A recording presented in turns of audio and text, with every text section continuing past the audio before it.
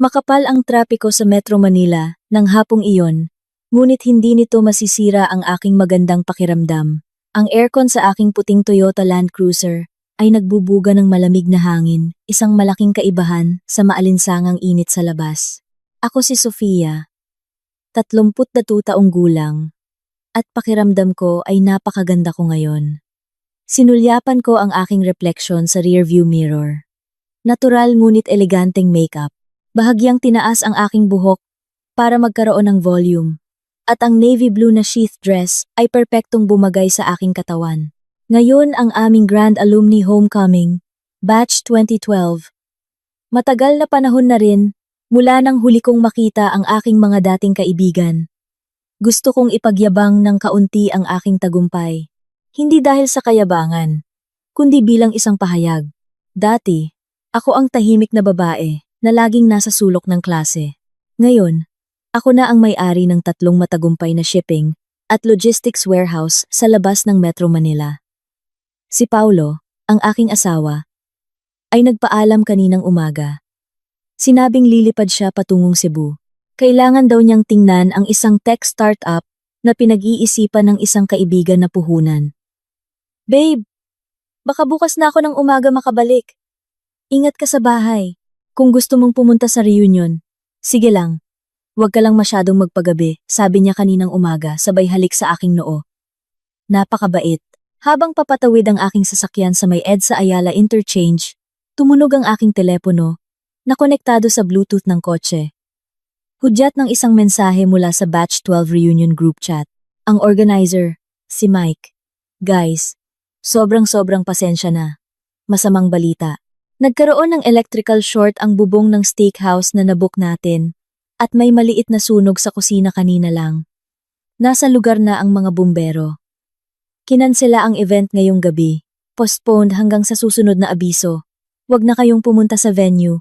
Delikado. Napapreno ako ng malakas. Ang sasakyan sa likod ko ay bumusina ng malakas. Seryoso, Mike? Niloloko mo ba ako? Inis kong bulong. Nag-ayos pa naman ako. Nagpabook sa salon kaninang umaga. Tapos kakanselahin lang. Itinabi ko muna ang sasakyan. Binabasa ang sunod-sunod na mensahe ng pagkadismaya mula sa mga kaibigan sa grupo. Ang aking kasabikan ay biglang nawala, na parang na-flat na gulong. Wala na akong ganang lumabas mag-isa. Sa ganitong kasuotan, iisipin ng mga tao na ako'y isang baliw na nanalo sa loto. Hay! Nako! Oras na para umuwi. Bulong ko. Inikot ko ang manibela. Minamaneho ang malaking SUV pabalik sa aming subdivision, isang eksklusibong gated community sa Ayala, Alabang, isang tahimik at magandang lugar. Ang bahay na binili ko mula sa sarili kong pinagpaguran 2 taon na ang nakalilipas. Wala si Paulo sa bahay.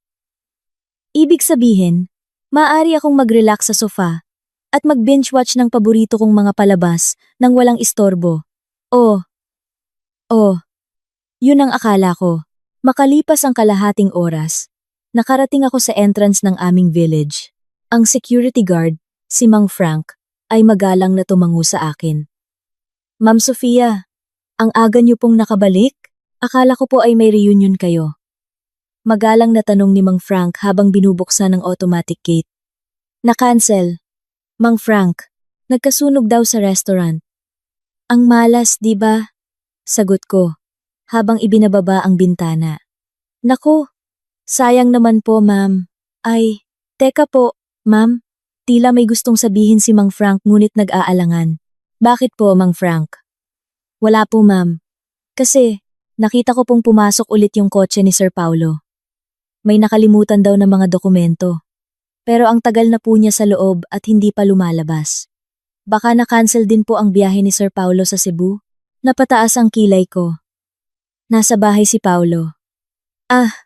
Baka nga po, Mang Frank. Siguro napagod sa biyahe. Salamat sa impormasyon. Dahan-dahan kong minaneho ang sasakyan papasok sa aming block, na nasa dulo ng isang cul-de-sac. Pagdating sa aming mataas at itim na gate, may napansin akong kakaiba. Hindi maayos na nakasara ang gate, may maliit na puwang. Hindi lubusang nakasuksok ang trangka sa lock nito sa sahig. Si Paulo ay maaaring maging pabaya. Ngunit pagdating sa seguridad ng bahay, karaniwan siyang paranoid. Bakit niya iiwang bukas ang gate? At isa pa, sa carport, sa tabi ng itim na Toyota Fortuner ni Paulo, na ako rin ang nagbabayad ng buwanang hulog, ay may isang maliit at pink na Vespa scooter. Isang cream-colored na helmet ang nakasabit sa salamin nito. Kaninong scooter ito? Kung kasosyo sa negosyo, karaniwang mag-akotse sila. Kung pamilya, dapat ay nasabihan ako. Nagsimula na akong makaramdam ng hindi maganda. Hindi kalungkutan, kundi isang pakiramdam ng pagiging alerto. Tulad ng kapag sinusuri ko ang mga financial report sa warehouse at may nakikitang kahina-hinalang pagkakaiba. Umusbong ang aking business instincts. May mali sa aking mga ari-arian. Hindi ko ipinarada ang aking sasakyan sa tapat ng gate. Ipinara ko ito sa malayo, sa tapat ng luntiang pampublikong parke ng aming komunidad, mga 50 metro mula sa bahay. Bumaba ako ng sasakyan, tinanggal ang aking high heels, at dinala ang mga ito. Naglakad ako ng nakayapak sa makinis na semento ng residential block. Palihim. Sumuot ako sa hindi nakalak na siwang sa gate. Tahimik ang harapan ng bahay. Mahigpit na nakasara ang pangunahing pinto. Ngunit may narinig ang aking mga tainga. Na ibang tunog. Isang tunog na nagmumula sa gilid ng bahay. Ang bahay ko ay may open space design sa likod. May isang daanan sa tabi ng garahe na direktang patungo sa pribadong pool area sa likod bahay. Karaniwan, ang daanang iyon ay hinarangan ng isang bakal na gate. Ngunit ngayon, bahagya ring nakaawang ang gate na iyon. Ang pabaya mo naman, Paolo. Paano kung may magnanakaw na pumasok? Dahan-dahan akong naglakad sa daanan, na may mga nakatanim na ornamental bamboo. Habang papalapit ako sa likod, lalong lumilinaw ang mga tunog. Ang tunog ng mahinang remix music na tumutugtog mula sa isang Bluetooth speaker at ang pag-splash ng tubig. May kasamang tawanan. Tawa ng isang lalaki at isang babae. Naku! Paolo, ang pilyo mo. Wag mo kong wisikan. Masisira ang makeup ko. Maarting sabi ng boses ng babae. Pabebe at malandi. Hayaan mo na. Gusto kong makita ang tunay mong ganda.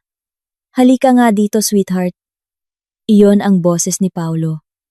Ang boses ng aking asawa. Ang boses ng lalaki na kaninang umaga lang ay nagsabing pupunta siya sa Cebu para tingnan ang isang tech startup. Tech startup pala ha? Lumalabas na ibang babae pala ang tinitingnan niya sa aking swimming pool. Kumulo ang aking dugo. Ngunit hindi ako ang tipo ng babae na tatakbo at sisigaw ng, "Paano mo nagawa sa akin to, honey? Sayang lang sa enerhiya." Klise, huminga ako ng malalim. Pinapakalma ang aking nagwawalang puso. Idinikit ko ang aking sarili sa pader. Nagtatago sa likod ng isang malaki at mamahaling monstera plant sa isang paso. Sumilip ako. Ang tanawin sa aking harapan ay isang sampal sa aking mga mata. Ang 4x8 metrong pool na may malinaw na asul na tubig ay nadungisan na ngayon. Nasa gitna ng pool si Paulo, walang pang itaas, at naka-boxer shorts lamang. May karga siyang babae. Pinaningkitan ko ang aking mga mata para makita siya ng mas maigi. Ang kanyang buhok ay bleached corn blonde.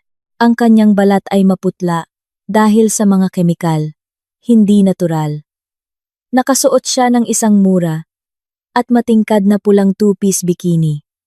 Ang tahi ay pangit. Ang tela ay mukhang manipis. Pamilyar ang kanyang mukha. Diyos ko, si Jessica pala. Isang dating intern mula sa aking shipping company. 6 na buwan na ang nakalipas. Ang babaeng sinisante ko dahil sa paulit-ulit na pagkakamali sa data entry at sa madalas na pagiging huli sa FaceTime kasama ang kanyang nobyo sa oras ng trabaho. Lumalabas na ang nobyong iyon ay ang aking asawa. Honey, paano kung umuwi ang asawa mo? Tanong ni Jessica, habang nakapulupot ang mga braso sa leeg ni Paulo. Tumawa si Paulo ng may pangmamaliit. Relax ka lang. Pag si Sofia ay nag-reunion, hanggang hating gabi yun. Obsessed yun sa image niya. Masyado siyang magiging abala sa pagpapakita ng kanyang mga designer bag sa mga kaibigan niya. Hindi niya maiisip umuwi ng maaga. Naku, ang sama mo, pero gusto ko yan.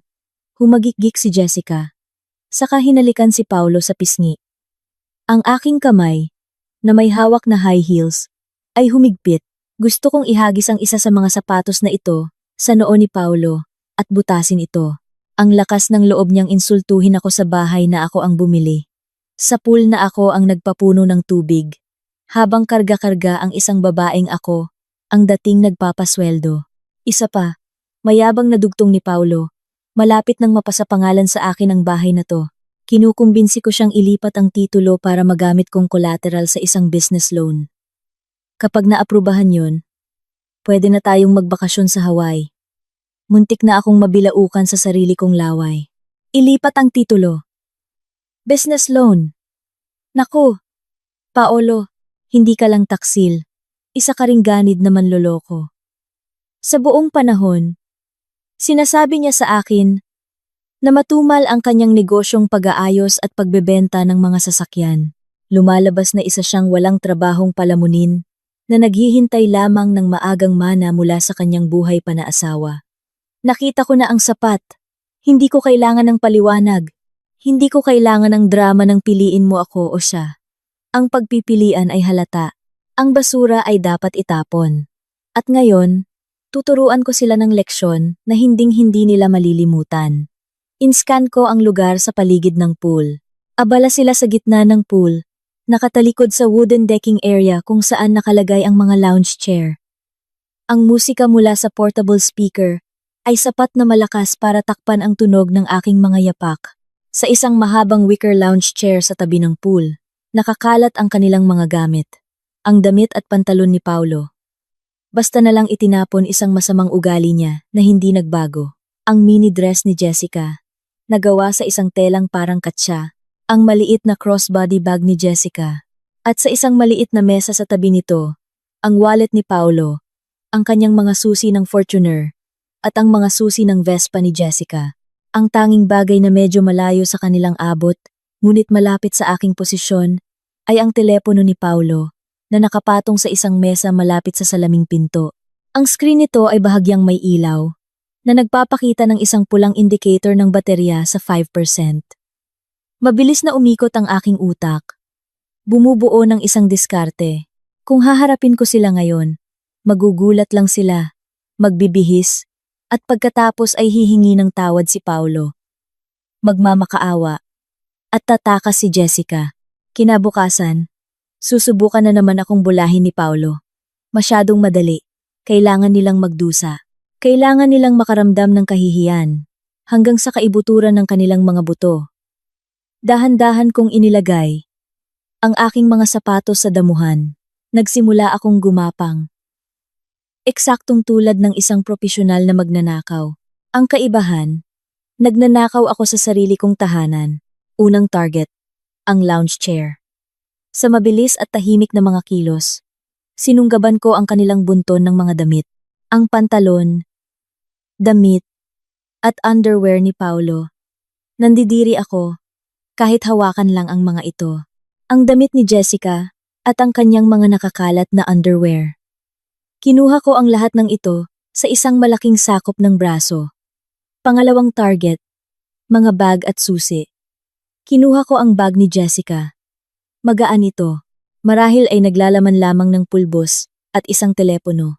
Sinunggaban ko ang mga susi ng Fortuner at ang mga susi ng Vespa. At saka, ang makapal na wallet ni Paulo. Makapal sa mga resibo ng credit card, hindi pera. Sumulyap ako sa pool. Abala pa rin sila sa paghahalikan. Ang tubig ng pool ay malakas na umaalon, tinatakpan ang aking mga kilos. Pangatlong target, ang telepono.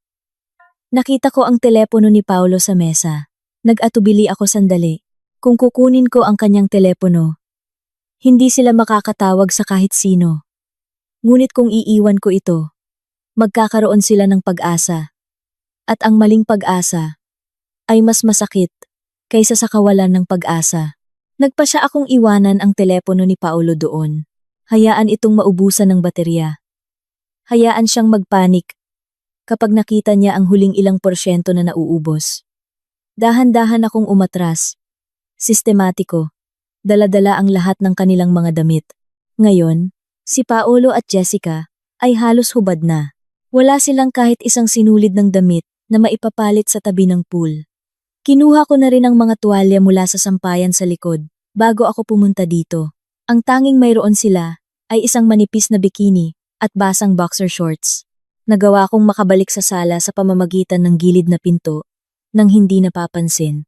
Medyo humihingal ako dahil sa adrenaline.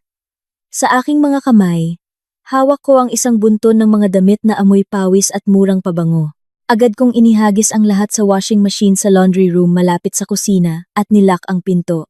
Susunugin ko ang mga ito o itatapon sa basura mamaya. Ngayon para sa lockdown phase, ang aking bahay ay dinisenyo na may mataas na seguridad. Ang access mula sa pool patungo sa pangunahing bahay ay sa pamamagitan ng isang malaking sliding glass door na gawa sa makapal na tempered glass. Ang pinto na iyon ay gumagamit ng isang double locking system, isang manual lock at isang digital smart lock.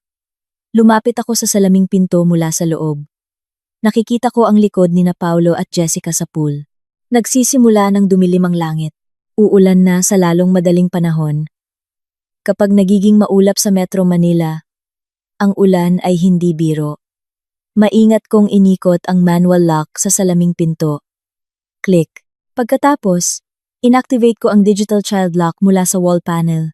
Ito ay isang feature na pumipigil sa pinto na mabuksan mula sa labas. Kahit na may PIN code, maaari lamang itong i-unlock sa pamamagitan ng admin app sa aking telepono o gamit ang fingerprint ng isang admin. Ang aking daliri, tapos na. Ang kanilang access sa bahay ay ganap ng naputol. Ang kanilang paglabas sa pamamagitan ng gilid na gate ay imposible rin. Ang gilid na pader ng aking bahay ay 10 talampakan ng taas na natatakpan ng makinis na bato at may barbed wire sa itaas.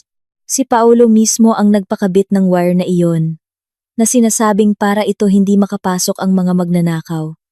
Sarili niyang patibong, ang tanging paraan para makalabas ay sa pamamagitan ng salaming pinto na ito o sa pamamagitan ng paglipad sa langit. Tumayo ako sandali sa likod ng manipis na mga kurtina ng sala. Pinapanood sila sa huling pagkakataon bago ako umalis. Binuhat ni Paulo si Jessica. Tumatawa ng malakas, na para bang sa kanila ang mundo. Hindi niya alam na kakatanggal ko lang ng mundong iyon, mula sa ilalim ng kanyang mga paa. Tawa lang, mahal ko. Malamig kong bulong. Maya-maya, iiyak ka na ng dugo. Ayaw kong nasa bahay ako. Kapag napagtanto nila, ayaw kong marinig silang kumakatok sa pinto o ang kanilang mga kaawa-awang sigaw. Masisira lang ang mood ko. Naglakad ako papunta sa pangunahing pinto sa harap. Binuksan ko ang smart home app sa aking telepono. Pinatay ko ang kuryente sa mga ilaw sa hardin sa likod bahay at sa mga ilaw ng pool. Click. Sa screen ng aking telepono, ang status ay nabasa. Backyard lights. Off. Kapag lumubog na ang araw sa loob ng halos kalahating oras, ang lugar sa likod bahay na iyon ay magiging madilim na madilim. Madilim, malamig, at sisimula ng mga lamok sa hardin ng kanilang pista. Pinatay ko rin ang supply ng tubig sa outdoor shower malapit sa pool. Kaya, kahit na gusto nilang magbanlaw, ang tubig ay magiging napakalamig. Lumabas ako sa pangunahing pinto, ni double lock ito, at pagkatapos ay itinakda ang home security alarm sa stay mode. Ang mode na ito ay magpapatunog ng malakas na sirena kung may nabasag na salamin o pinuwersang buksan ang isang pinto. Naglakad ako papunta sa aking Land Cruiser na nakaparada malapit sa parke. Bago iyon, dumaan ako sa Vespa ni Jessica. Binuksan ko ang upuan, kinuha ang kanyang rehistro para hindi siya makatakas kahit na mayroon siyang ekstrang susi. Pagkatapos, pinasingaw ko ang hangin sa parehong gulong gamit ang dulo ng aking susi. Psh! Ang tunog ng hangin na lumalabas ay musika sa aking mga tainga. Pumasok ako sa aking kotse, sinindihan ang makina, at ipinatugtog ang tadhana. Ang aking destinasyon ngayon ay ang Okada, Manila.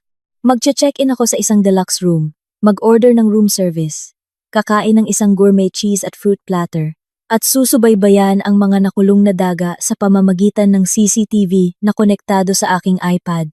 Enjoy your long weekend, Paulo and Jessica. Dumagundong ang langit ng Maynila. Kumislap ang kidlat. At nagsimulang bumuhos ang ulan. Nang mahina, dala ang isang nakakakilabot na lamig. Ngumiti ako ng may kasiyahan. Tinapakan ang gas. At iniwan ang bahay ng mga katatakutan para sa aking sariling personal na paraiso. Ang langit ng Maynila, na kulay abo kaninang hapon, ay ngayon ay isang malalim at maitim na itim. Nagsimulang umihip ang malakas na hangin.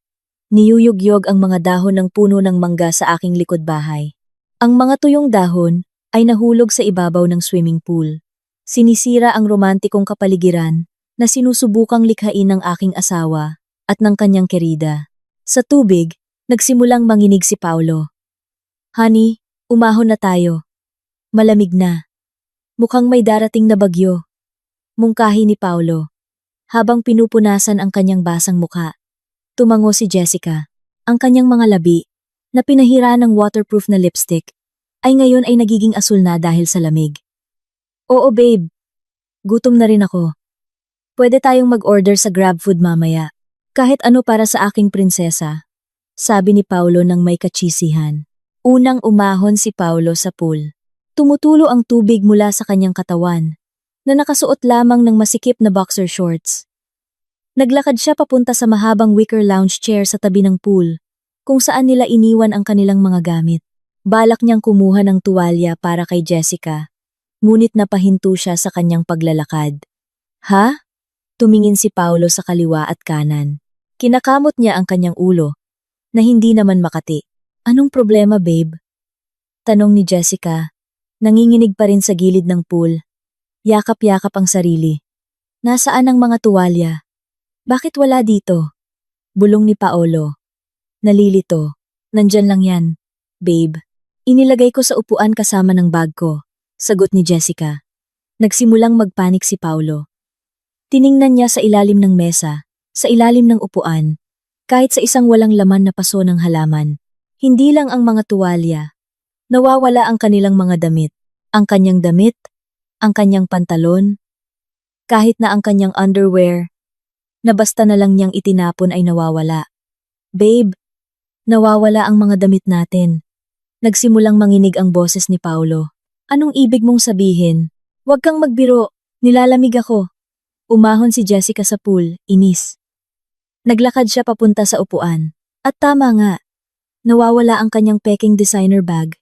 Nawawala ang kanyang mini dress. Nawawala ang kanyang underwear. Ang wooden decking area ay ngayon ay ganap ng walang laman. Mayroon lamang isang maliit na wicker table sa sulok, kung saan isang parihabang bagay ang bahagyang kumikinang. Nang mag-isa, ang telepono ni Paulo. Nasaan ang mga damit ko, babe? Nagsisigaw si Jessica ng hysterically. Reflexively niyang tinakpan ang kanyang dibdib gamit ang kanyang mga kamay. Kahit na si Paulo lang ang nandoon, pakiramdam niya ay hinubaran siya ng isang multo. Hindi ko alam. Sumpa ko, nandito lang yun. Ganap na nalilito si Paulo. Hindi pwedeng tinangay ng hangin. Mabigat ang bag mo. Imposibleng tinangay din ng hangin ang bag. Mas lumakas ang ihip ng hangin. Ang lamig nito ay tumatagos sa kanilang basang balat. Napagtanto ni Paulo na may seryosong mali. Ang una niyang naisip, baka may magnanakaw na pumasok sa gilid na gate. Bulong ni Paolo. Maputla ang mukha. Pumasok na tayo sa loob. Bilis. Delikado. Pareho silang tumakbo. Nang nagpapanik, papunta sa sliding glass door na nagkokonekta sa pool area sa sala. Hinawakan ni Paolo ang hawakan ng pinto. Hinila niya ito ng malakas. Creak, clank, hindi gumalaw ang pinto. Nakalak. Bilisan mo, buksan mo. Sigaw ni Lara, nanginginig na ngayon ng husto. Teka lang, baka na-jam. Sinubukan ulit ni Paulo. Kinakalog niya ang hawakan sa kaliwa at kanan. Itinulak niya ito gamit ang kanyang balikat. Wala. Ang pinto ay nakalak na parang isang vault. Bakit nakalak? Idiniin ni Paulo ang kanyang mukha sa madilim na salamin. Sinubukan niyang sumilip sa loob. Madilim na madilim. Patay ang mga ilaw sa sala. Patay ang mga ilaw sa kusina. Karaniwan, ang mga ilaw sa sala ay automatikong bumubukas na may timer sa gabi. Ngunit 6:30 PM na ngayon. Ang bahay ay madilim na parang isang haunted house. Walang kuryente. Mukhang brownout, sabi ni Paulo. Sinusubukang mag-isip ng positibo. Kahit na kumakabog ang kanyang puso. So, nasaan ang susi? May spare ka ba? Tanong ni Jessica. Kinapa ni Paulo ang mga bulsa ng kanyang boxer shorts. Walang laman. Siyempre, walang laman ang mga ito. Nasa pantalon ko ang susi ng bahay. At nawawala ang pantalon ko. Lumunok ng malalim si Paulo. Isang pakiramdam ng takot ang nagsimulang gumapang sa kanyang gulugod. Nakulong sila sa labas, nang walang damit, walang susi, sa isang madilim na bahay. Subukan mo sa gilid. Sa garahe, sigaw ni Jessica. Tumakbo sila sa gilid na daanan ng bahay. Ang daanan na patungo sa garahe sa harap. Narating nila ang dulo ng daanan, kung saan nakalak ang bakal na gate na naghihiwalay sa gilid na bakuran mula sa garahe. Isang malaking padlock ang maayos na nakakabit dito. Inalog ni Paulo ang bakal na gate. Umalingaw-ngaw ito, ng malakas, ngunit walang silbi. Ang gate ay matibay. Lintik! Sino ang nagpadlock nito? Sinipa ni Paulo ang bakal na gate hanggang sa sumakit ang kanyang mga daliri sa paa. Tumingin si Paulo sa gilid na pader. Ito ay 10 talampakan ang taas. Sa tuktok, mayroong nakapulupot na barbed wire. Razor wire na napakatalas. Si Paulo mismo ang nag-utos sa mga trabahador na install ang wire na iyon dahil paranoid siya sa mga magnanakaw. Hindi natin yan maakyat, babe. Yung wire. Humikbi si Jessica. Nakulong sila sa isang konkretong kahon. Isang mataas na pader sa likuran nila. Isang nakalak na salaming pinto sa harap. Isang nakapadlock na bakal na gate sa gilid.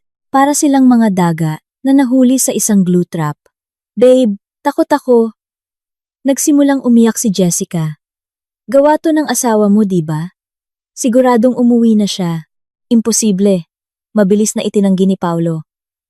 Nasa reunion si Sofia. Nasa reunion si Sofia. Nasa reunion si Sofia. Pag nasa isang event yun, nawawala siya sa oras. Isa pa, kung umuwi siya, nasa garahe ang kotse niya. Nung dumating tayo, walang laman ang garahe, diba? Kotse ko lang at scooter mo. Sinubukan ni Paulo na sumilip sa siwang ng gilid na gate papunta sa garahe. Ngunit bahagya niyang nakikita na nandoon pa rin ang kanyang Fortuner. Nandoon pa rin ang scooter ni Jessica. Wala ang Land Cruiser ni Sofia. Kita mo? Wala ang kotse ni Sofia. Hindi pa siya umuuwi. Siguradong isang magnanakaw lang, trip ng kasambahay ng kapitbahay. Sinubukan ni Paulo na itanggi ang katotohanan. Masyado siyang natatakot na isipin na alam ni Sofia. Dahil kung alam ni Sofia, tapos na ang kanyang marangyang buhay. Bumalik sila sa pool area. Dahil masyadong madilim at nakakatakot ang gilid na eskinita. Sa tabi ng pool, kahit papaano, ay may kaunting liwanag na sinasalamin mula sa mga ilaw sa kalsada, sa labas ng complex. Napansin ng mga mata ni Paulo ang tanging bagay na natira, ang kanyang telepono. Kinuha niya ang telepono mula sa wicker table. Umilaw ang screen. Low. Battery. 4%. Naku, patay ako. 4% na lang ang baterya. Panaghoy ni Paulo. Tawagan mo ang kahit sino. Tawagan mo ang pulis o tawagan mo ang asawa mo. At tanungin kung nasaan ang ekstrang susi, giit ni Jessica. Mabilis na nag-isip si Paulo. Tawagan ang pulis? Imposible. Darating ang pulis. Makikita silang halos hubad na ganito. At magiging isang kaso ng public scandal. Pwede itong mag-viral sa buong Pilipinas. Tawagan si Sofia? Iyon ang pinakaluhikal, ngunit pinaka-nakakatakot na opsyon. Tatawagan ko muna si Sofia. Baka may itinatago siyang ekstrang susi sa isang paso o kung saan, sabi ni Paulo. Nanginginig ang mga daliri. Pinindot niya ang pangalan sa contact na mahal kong asawa. Isang pangalan na inilagay niya para magmukha siyang isang tapat na asawa. Ring. Ring. Nag-connect ang tawag. Ang puso ni Paulo ay kumakabog, kasabay ng tono ng pagriring. Ring. Ring. Walang sumasagot. Hindi niya sinasagot, babe. Siguradong maingay sa reunion. Sabi ni Paolo sa pagkadismaya. Bumaba sa 3% ang baterya. 5 milya ang layo. Sa room 808 ng Okada, Manila. Malamig na AC. Isang malambot na kama. Ang mabangong amoy ng lavender room spray. Na may halong nakakatakam at matapang na aroma. Isang gourmet cheese platter. Nakaupo ako na nakasandal sa headboard ng king-size na kama. Suot ang isang makapal at komportableng hotel bathrobe. Nasa aking kandungan, ang isang maliwanag na iPad Pro. Sa bedside table ay isang kahon na naglalaman ng isang premium na seleksyon ng mga keso at prutas. Nakadarating lang sa pamamagitan ng GrabFood. Kumuha ako ng isang hiwa ng creamy at aged brie. Kumagat ako. Malasa, masarap, na may bahagyang asim sa dulo. Perpekto. Nakatutok ang aking mga mata sa screen ng iPad. Ang CCTV app ng aking bahay ay nagpapakita ng 4 na video feed. Camera 1. Garahe. Madilim. Camera 2. Sala. Madilim. Camera 3. Kusina. Madilim. Camera 4. Pool. Naka-activate ang night vision infrared mode. Ang camera 4 ang pinagtatanghalan ng palabas. Salamat sa infrared night vision technology. Nakikita ko ang 2 puting heat signature na pabalik-balik sa tabi ng pool na parang mga sirang plantsa. Mukha silang kaawa-awa. Jessica ay nakayupyop sa isang upuan. Yakap-yakap ang kanyang mga tuhod. Si Paolo ay naglalakad pabalik-balik. Hawak ang kanyang ulo, pagkatapos ay itinuturo ang salaming pinto. Ang aking telepono, na nakapatong sa kama, ay nag-vibrate. Umilaw ang screen, na nagpapakita ng isang nakangising larawan ni Paolo. Incoming call. Asawa kong si Paolo. Tinitigan ko ang screen habang nginunguya ang aking keso. Sasagutin ko ba? O hindi? Mapaglaro kong naisip. Hinayaan ko itong mag-ring. Hanggang sa mapunta sa voicemail. Hayaan siyang magpanik. Hayaan ang kanyang maliit na utak na magtrabaho ng husto para makaisip ng isang kwento. Gusto kong makita kung gaano siya kagaling magsinungaling sa ilalim ng pressure. Hindi sumuko si Paolo. Tumawag siya ulit at ulit. Sa screen ng iPad, nakita ko siyang idinidiin ang telepono sa kanyang tainga. Pagkatapos ay tinitingnan ang screen sa pagkadismaya. Pagkatapos ay idinidiin ulit ito sa kanyang tainga. Naglalakad siya sa paligid, naghahanap ng signal. Ang signal doon ay perpekto.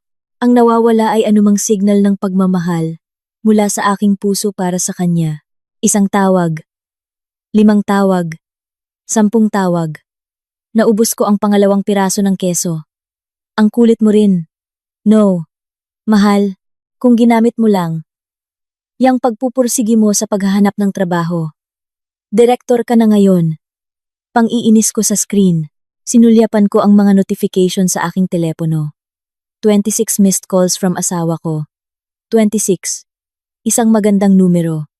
Pareho ng petsa na sumusweldo siya. Ay, teka, hindi pala siya sumusweldo.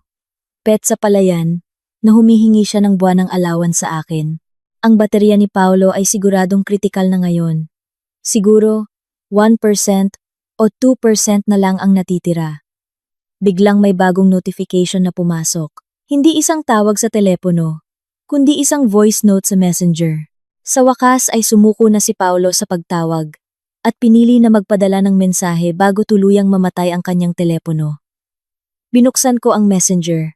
May isang 15 segundong voice note mula kay Paolo. Pinindot ko ang play.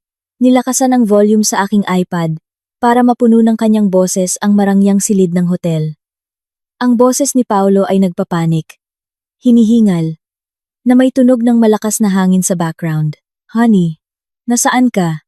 Please sagutin mo. Ninanakawan ang bahay natin. Honey, promise, naliligo lang ako sa likod. Tapos biglang ninakaw lahat ng damit ko. Nakalak ang pinto papasok. Na-jam. Brownout. Nakakulong ako sa labas. Nang walang damit.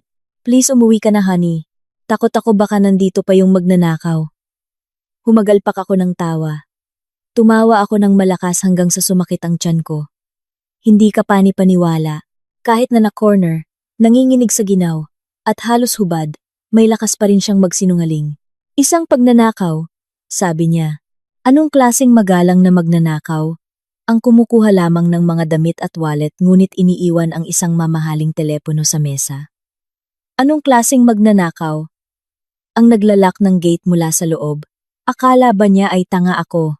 Akala ba niya ay isa akong inosenteng asawa na magpapanik sa salitang magnanakaw at magmamadaling umuwi para iligtas ang kanyang prinsipe?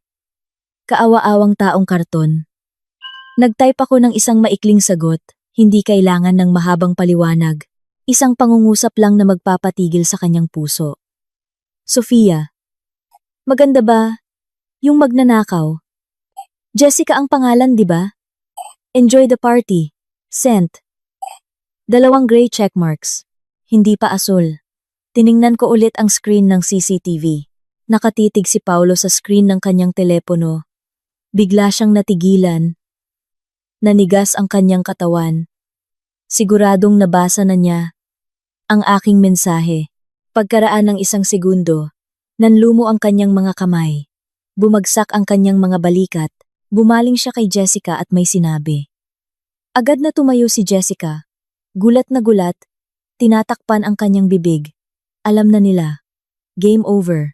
At sa sandaling iyon, ipinakita ng CCTV na si Paulo ay galit na pinipindot ang mga pindutan sa kanyang telepono. Ngunit madilim ang screen ng telepono. Patay na ang baterya. Ganap na patay. Enjoy the silence, darling. Ang langit ng Maynila ay hindi kailanman sumisira sa isang pangako kapag ito ay madilim at maulap. Crack, kumidlat, na sinundan ng isang hindi kapanipaniwalang buhos ng ulan mula sa langit. Isang thunderstorm. Sa screen ng CCTV, pinanood ko ang isang eksena na parehong kaawa-awa at kasiya siya. Ang ulan ay bumuhos na parang delubyo. Ang wooden decking ay agad na nabasa.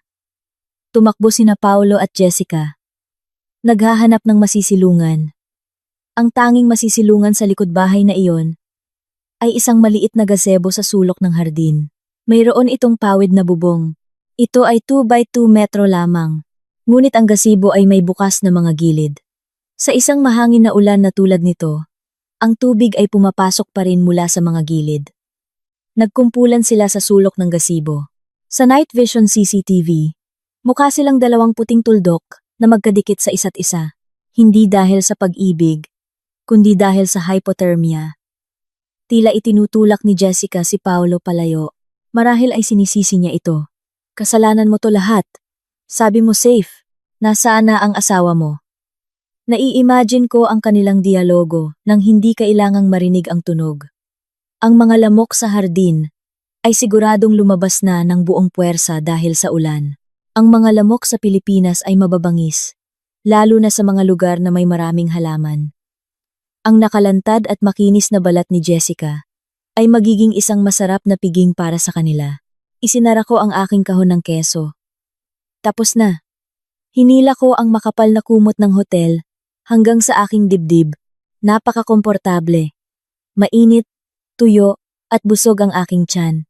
Samantala, sa aking sariling bahay, ang bahay na kababayad ko lang ng mortgage noong nakaraang buwan, 2 taksil ang nakakaranas ng tunay na lasa ng kalikasan. Tulog na. Bulong ko sa screen ng iPad bago ito patayin. Bukas ng umaga, magsisimula na ang tunay na palabas. Mahimbing akong nakatulog ng gabing iyon, walang panaginip. Tungkol naman kina Paulo at Jessica, sigurado akong hindi sila nakapikit kahit 1 segundo. 9:00 ng gabi. Ang mas maagang thunderstorm ay humupa na. Nag-iwan ng isang ambon na lalong nagpalamig sa hangin ng gabi sa Metro Manila. Sa aking malinaw na screen ng iPad, nakita ko ang 2 kaawa-awang nilalang na iyon na nagtitiis pa rin sa gazebo. Si Paulo ay nakaupong nakayupyop. Yakap-yakap ang sarili niyang mga tuhod. Ang kanyang maskuladong katawan, na binuo sa isang gym na binayaran ng aking pera, ay ngayon ay nanginginig, ng husto na parang isang dahon sa hangin. Ang kanyang mga labi ay maputla. Mas malala ang kalagayan ni Jessica. Wala na siyang pakialam sa kanyang magandang imahe. Ibinabalot niya ang kanyang katawan sa isang badui at may bulaklak na pattern na plastic na tablecloth mula sa mesa ng gazebo. Ang kanyang makeup ay nagkalat at ang kanyang blonde na buhok ay nakadikit sa kanyang ulo na parang basang mop. Hindi lang sila giniginaw, gutom na sila.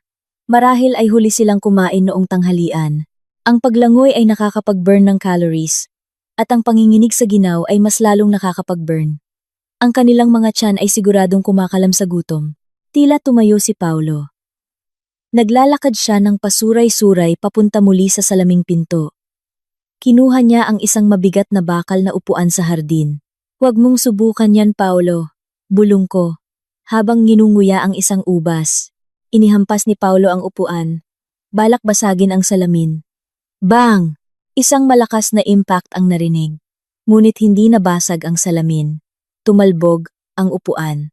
Nahulog si Paulo sa sahig. Hawak-hawak ang kanyang nangingimay na kamay. Kawawang Paolo. Nakalimutan niya, ang salamin na iyon ay 12 millimeters na makapal na tempered glass na ikinabit ng isang mamahaling kontratista. Dinisenyo ito para maging burglar-proof at hurricane-proof. Kailangan ng higit pa sa isang upuan sa hardin at lakas ng isang gutom na lalaki para mabasag ito. Umiiyak na naman si Jessica. Hinahampas niya ang likod ni Paulo. Sinisisi ito sa sitwasyon. Nakaupo lang si Paulo doon. Nakatingin ng blanko sa madilim na bahay.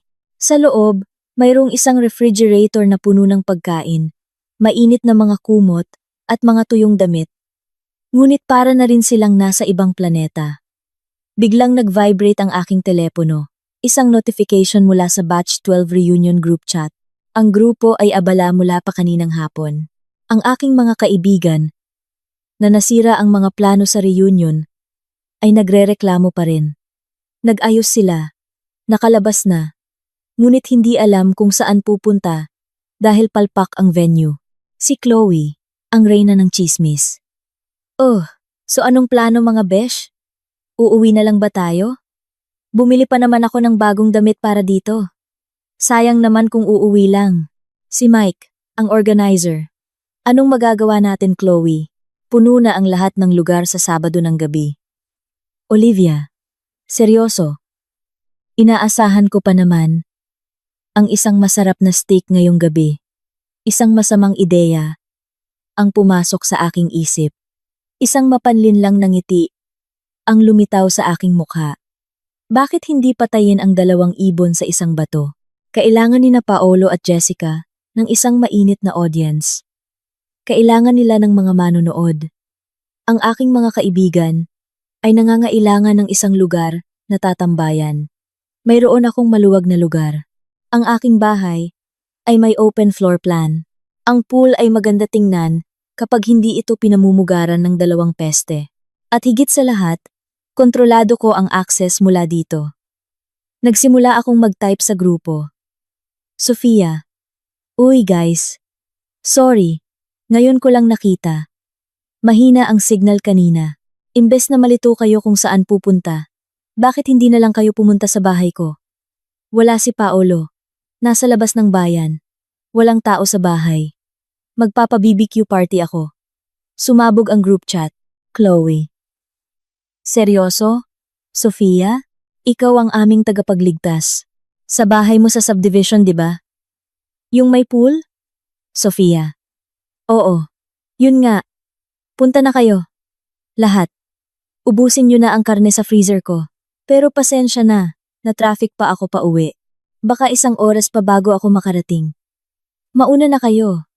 Mike, pero paano kami makakapasok? Hindi naman kami aakyat ng bakod, di ba? Sofia, relax. May smart lock, yung side gate papuntang pool. Ia-unlock ko para sa inyo mula dito. Diretso lang kayo sa likod. Buksan nyo ang mga ilaw sa hardin. At simulan na ang party. Feel at home kayo. Olivia, you're the best. Boss lady, papunta na kami. Chloe, tara na. Magdadala ako ng alak. Pinindot ko ang send. Maghanda ka na, Paulo. Paparating na ang iyong mga VIP guest. Bumalik sa screen ng CCTV. Tila balisa na naglalakad si Paulo.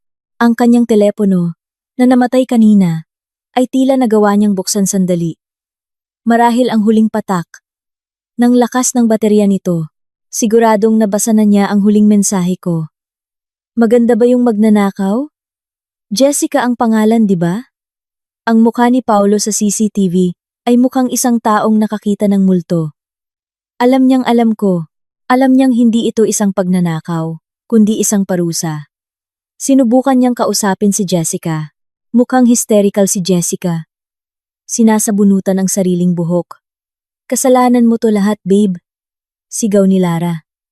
Nababasa ko ang kanyang mga labi. Psychopath ang asawa mo. Gusto niya tayong patayin ng dahan-dahan. Sinubukan ni Paulo na yakapin si Jessica para pakalmahin ito. Ngunit marahas siyang itinulak nito palayo. Ang isang relasyon ay puro saya at laro kapag ito ay lihim, at ang mga benepisyo ay dumadaloy.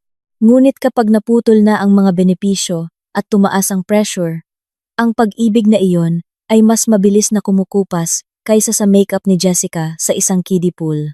Hindi nila napagtanto na ang tunay na panganib ay hindi nagmumula sa loob ng bahay, kundi mula sa gate sa harap. Mga 20 minuto ang lumipas. Isa pang notification ang dumating. Mike, Sofia, nasa harap na kami ng gate. Isang caravan kami. 4 na kotse. Tinatanong ng security guard kung saan kami pupunta. Sofia, sabihin niyo lang na pupunta kayo sa bahay ni Mrs. Sofia. Yung block sa dulo.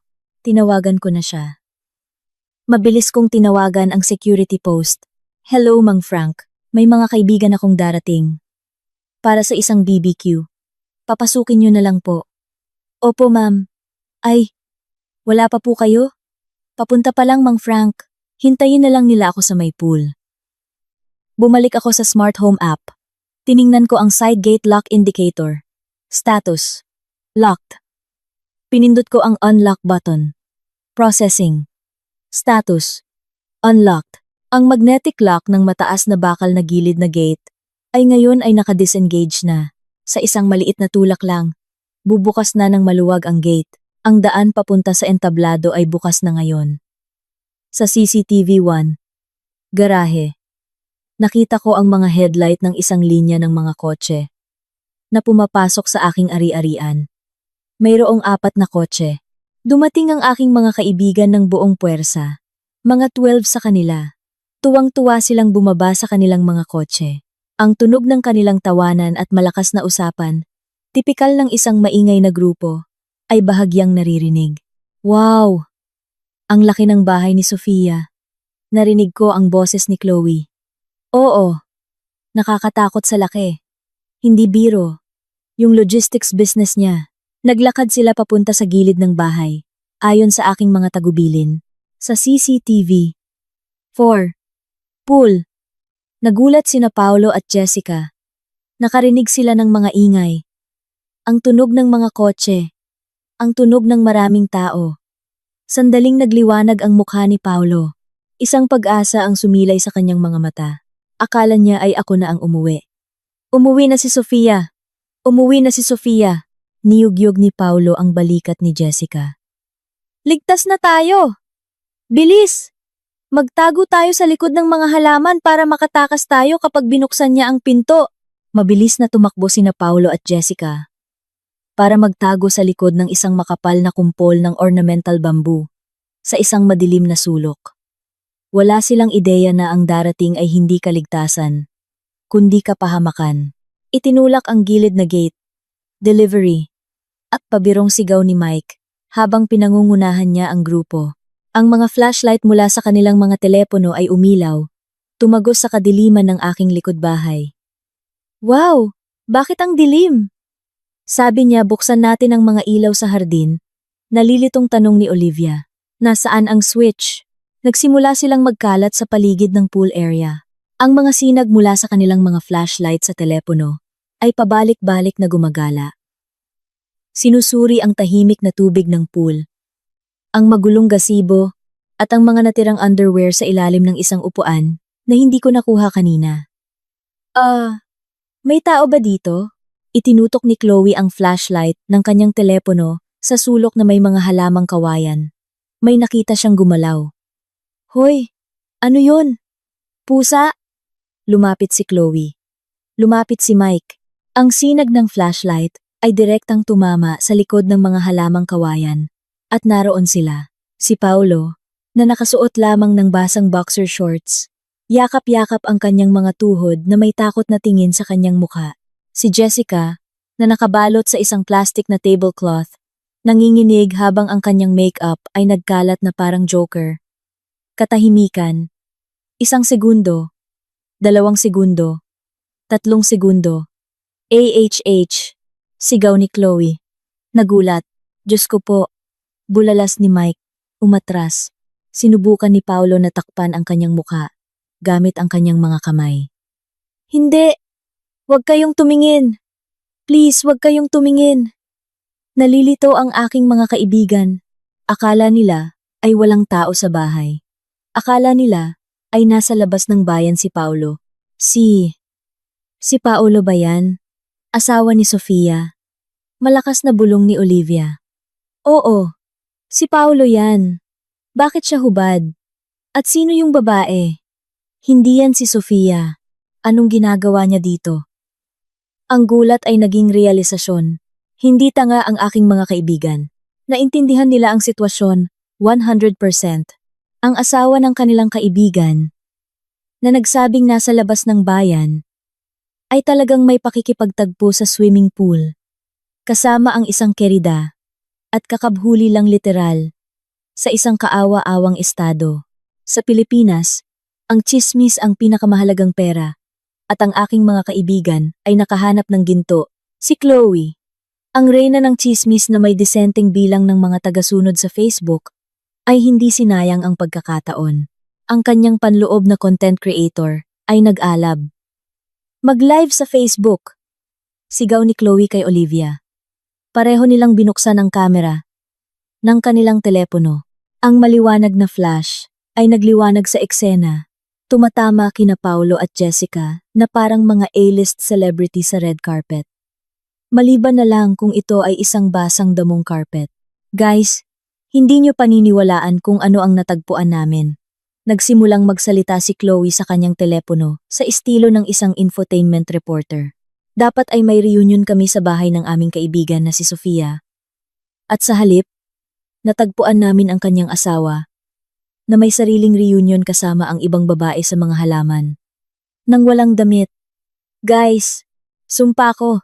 Nakakabaliw to. Sumigaw si Jessica ng hysterical. Patayin niyo ang kamera. Patayin niyo! Ididemanda ko kayo. Sinubukan niyang tumakbo. Ngunit nasabit ang kanyang mga paa sa tablecloth na suot niya. Sumubsob siya sa maputik na damuhan. Isang napakapangit na tanawin. Sinubukang tumayo ni Paulo. Sinusubukang magmukhang disente sa kabila ng pagsusuot lamang ng underwear. Mike! Please, Mike! Nagkakamali kayo ng intindi.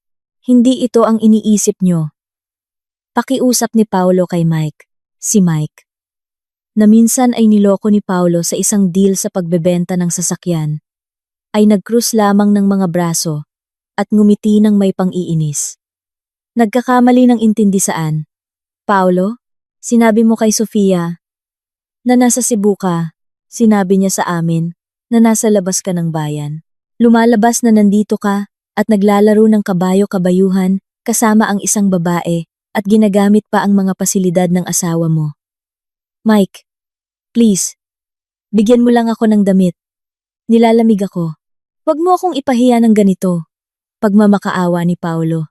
Ikaw ang nagdala ng kahihiyan sa sarili mo. Matalas na sagot ni Olivia. Habang nagre-record pa rin. Nasaan si Sofia? Huwag mong sabihing may ginawa kang masama sa kanya para madala mo dito ang babaeng yan. Hindi. Ligtas si Sofia. Promise. Pinapanood ko ang lahat mula sa aking iPad. Mas nakakaaliw ito kaysa sa anumang reality TV show. Nakita ko ang bilang ng mga manonood sa Facebook Live ni Chloe na tumataas. Nagsimulang bumuhos ang mga komento mula sa mga netizen. Karamihan sa kanila ay aming mga kakilala. Hindi ba si Paulo yan? Asawa ni Sofia? OMG! Sino yung kerida? Mukhang lost siyang pagkatapos mabasa ng ulan. Buti nga sa kanya. Nararapat lang sa kanya. Yan, sa pagiging palamunin sa asawa niya. Sabihin mo ang lokasyon, girl. Gusto kong pumunta para may iba to sa kanila. Wasak na wasak sina Paolo at Jessica. Hindi sila makatakbo kahit saan. Nakalak ang pinto ng bahay.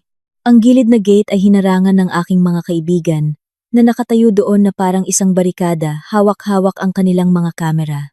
Naging isang palabas sila sa sirko. Isang leong walang ngipin at isang basang payaso. Naramdaman kong sapat na. Narating na ng aliwan ng kasukdulan nito. Ngayon na ang oras para bumalik ang Reyna at tapusin ang palabas. Pinatay ko ang iPad, tinapos ang huling piraso ng aking keso, at tumayo mula sa malambot na kama ng hotel.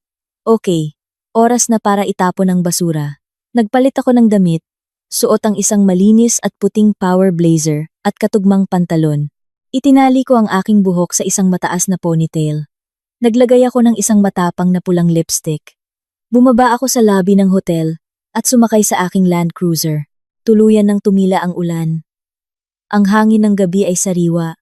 Nagmaneho ako pabalik sa bahay na may napakagaan na puso.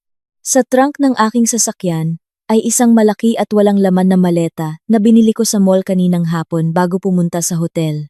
Ang maletang iyon ay magiging kapaki-pakinabang sa lalong madaling panahon. Hintayin mo ako, Paolo. Magsisimula na ang finale.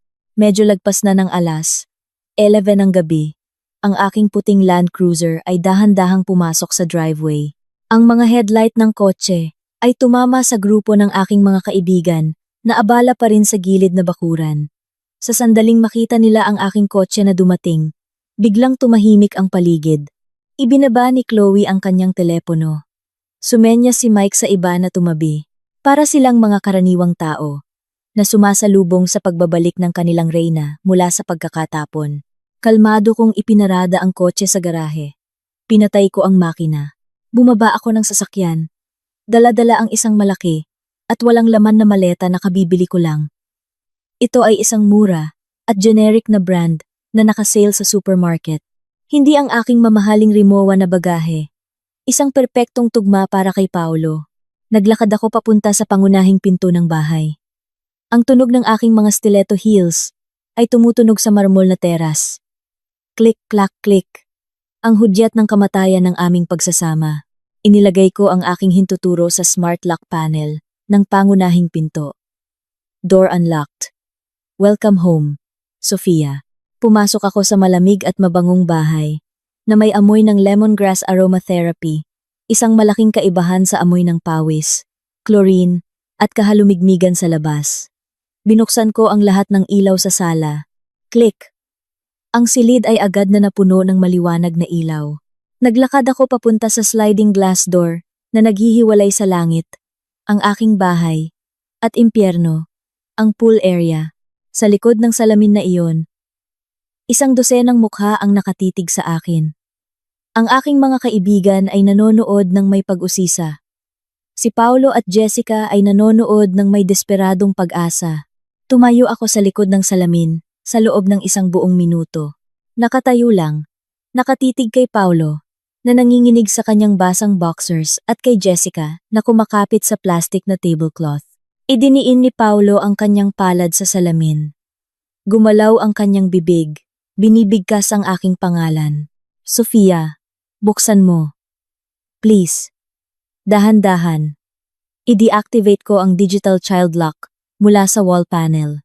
Pagkatapos, binuksan ko ang salaming pinto. Swoosh! Ang maalinsangang hangin at ang malansang amoy ng pool ay agad na pumasok, sumasalungat sa malamig at naka-aircon na hangin. Sofia, honey. Agad na sumugod si Paolo. Sinusubukang pumasok. Tumigil ka. Diyan ka lang. Sabi ko nang walang emosyon. Hindi malakas ang aking boses. Ngunit ang katatagan nito ay mas makapangyarihan kaysa sa isang sigaw.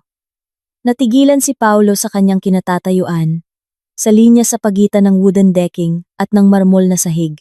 Hindi siya nangahas na tumapak sa aking mamahaling marmol gamit ang kanyang basa at maruming mga paa. Babe, pakinggan mo muna ako. Lahat to ay isang hindi pagkakaunawaan. Baliw ang mga kaibigan mo. Sinasamahan nila ako ng paninira. Sinubukan ni Paolo na ipagtanggol ang kanyang sarili, ngunit nanginginig ang kanyang boses dahil sa ginaw at hiya. Paninira? Mapaklang ngumiti ako. Ang pagiging hubad na magkasama sa pool ng asawa ng ibang lalaki ay paninira o isang katotohanan. Nililigtas ko siya. Nalulunod siya. Naging mas katawa-tawa ang palusot ni Paolo.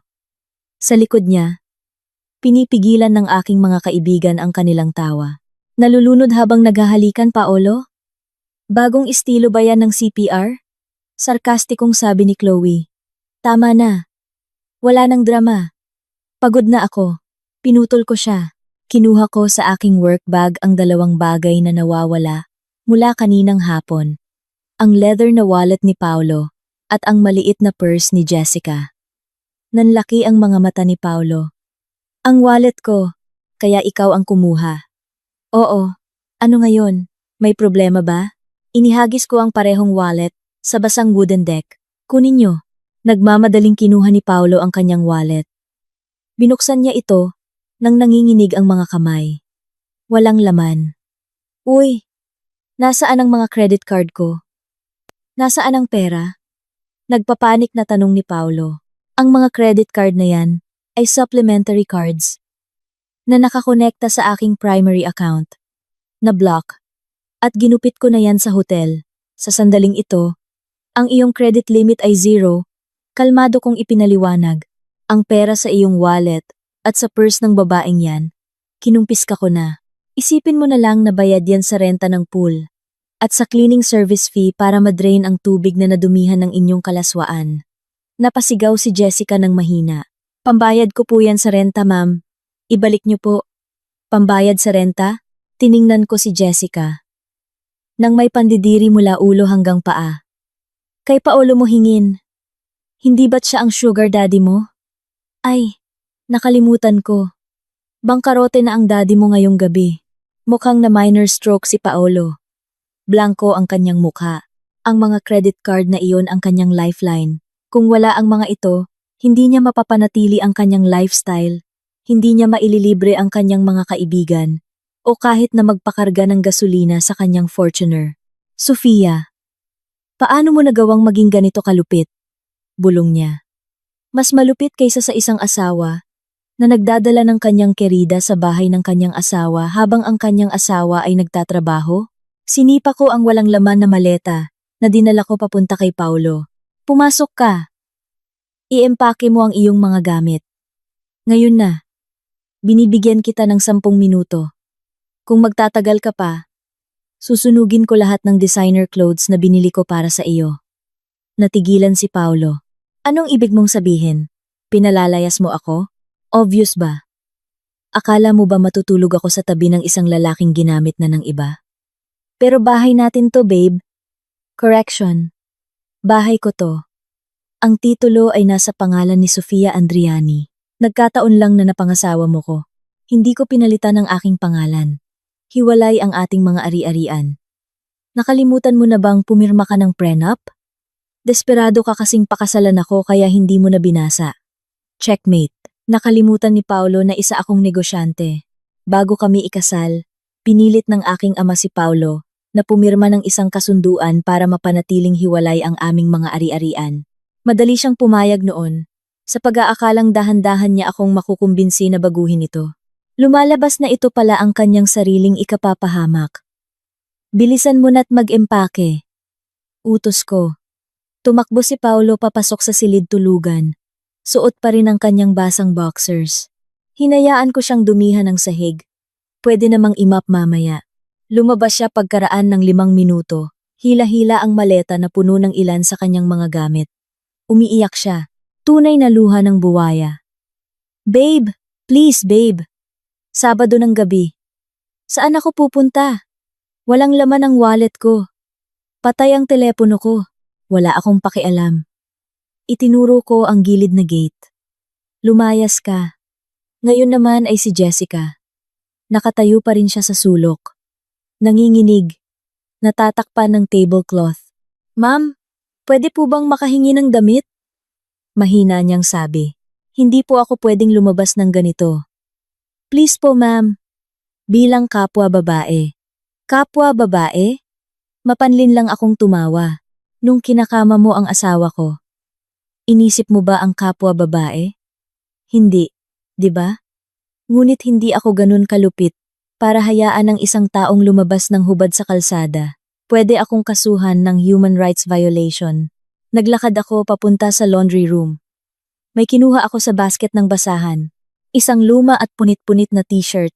May butas sa ilalim ng kilikili at puno ng mga butas mula sa mantsa ng bleach. Ito ang karaniwang ginagamit ng aking kasambahay para magpunas ng sahig o maglinis ng mga bintana. Amoy kulob. Inihagis ko ang punit-punit na damit sa mukha ni Jessica. Heto. Isuot mo to. Hinawakan ni Jessica ang tela ng may pandidiri. Ito. Basahan po to ma'am. Bagay sa antas mo. Basura. Isuot mo yan. O lumabas kang hubad. Ikaw ang pumili. Naghiyawan sina Chloe. At ang iba ko pang mga kaibigan. Isuot mo. Isuot mo. Isuot mo. Sa pagitan ng mga luhang dumadaloy sa kanyang mukha, napilitan si Jessica na isuot ang punit-punit na damit. Mukha siyang kaawa-awa. Ang kanyang mamahaling mini dress, na binayaran ni Paulo, ay nasa aking washing machine na. Bala kong gawin itong bagong doormat. Okay. Tapos na ang palabas. Sabi ko sa aking mga kaibigan, guys, salamat sa pagpunta. Ubusin niyo lahat ng pagkain. Pero please, gawin niyo akong isang pabor. I-escort niyo ang 2 pesting to palabas ng complex. Kinuha ko ang aking telepono at tinawagan ulit ang security post. Mang Frank, pakipunta po sa bahay ko ngayon. Magsama po kayo. May mga estranghero sa aking ari-arian na walang pahintulot na gumagawa ng mga indecent acts. Pakialis po sila sa complex. Maya-maya, dumating si Mang Frank at 2 pang patrol guards sakay ng isang golf cart. Ang kanilang mga mukha ay seryoso. Sa komunidad na ito, ang mga patakaran tungkol sa indecent behavior ay napakahigpit. Nako, Sir Paulo, ano pong ginagawa niyo ng ganyan?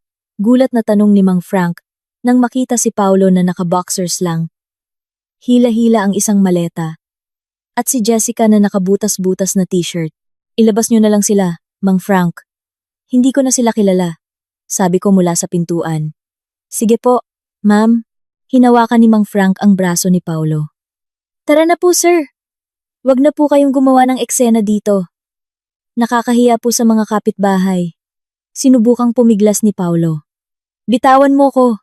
Bahay ko to. Sofia, binabastos mo ang asawa mo. Anong asawa? Ang asawang nangangaliwa sa swimming pool ay hindi kinikilala dito.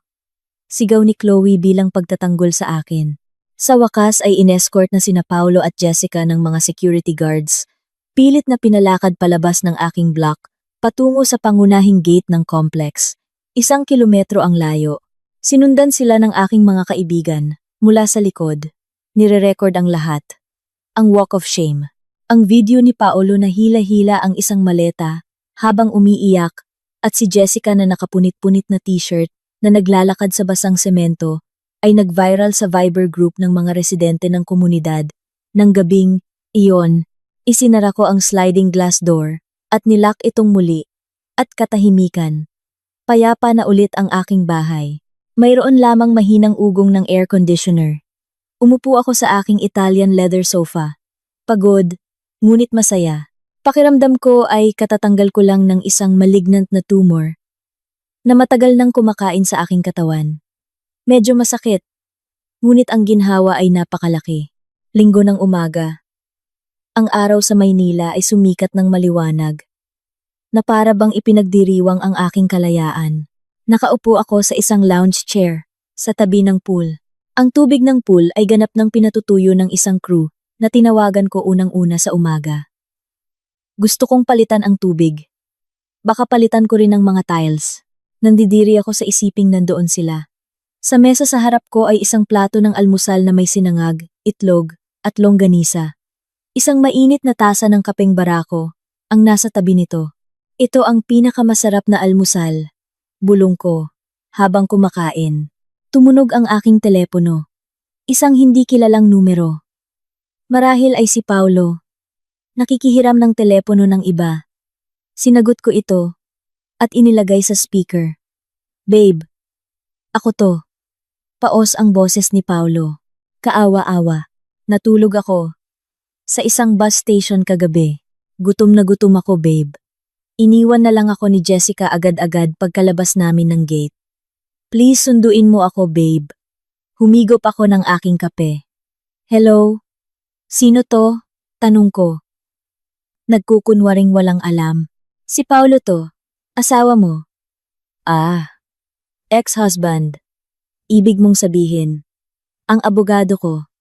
Si attorney. Reyes hindi sikat. Pero kasing agresibo. Ay pupunta sa bahay ng mga magulang mo ngayong hapon. Dala niya ang annulment papers. Babe, wag mong gawin to.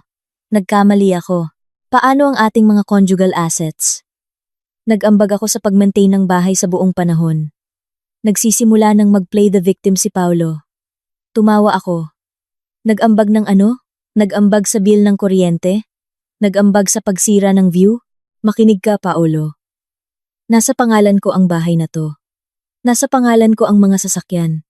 Nasa pangalan ko ang mga savings account. Dapat magpasalamat ka pa nga't umaalis ka. Nadala lang ang iyong katawan at ilang lumang damit. Huwag mo akong piliting i-counter suka sa gastos ng pagkain mo sa nakalipas na 3 taon. Sofia, tama na. Lumalamig na ang sinangag ko. Bye. Pinatay ko ang telepono at blinak ang numero. Tumingala ako sa asul na langit. Ang mga maya ay humuhuni sa puno ng mangga. Ang buhay ng isang mayaman at single na babae ay lumalabas na mas maganda kaysa sa pagkakaroon ng isang pabigat na asawa na hindi alam ang kanyang lugar. Ipinagpatuloy ko ang pagkain ng aking almusal. Ang timpla ay tama lang. Ang mga lasa ay perpekto. Tulad ng aking buhay. Simula ngayon,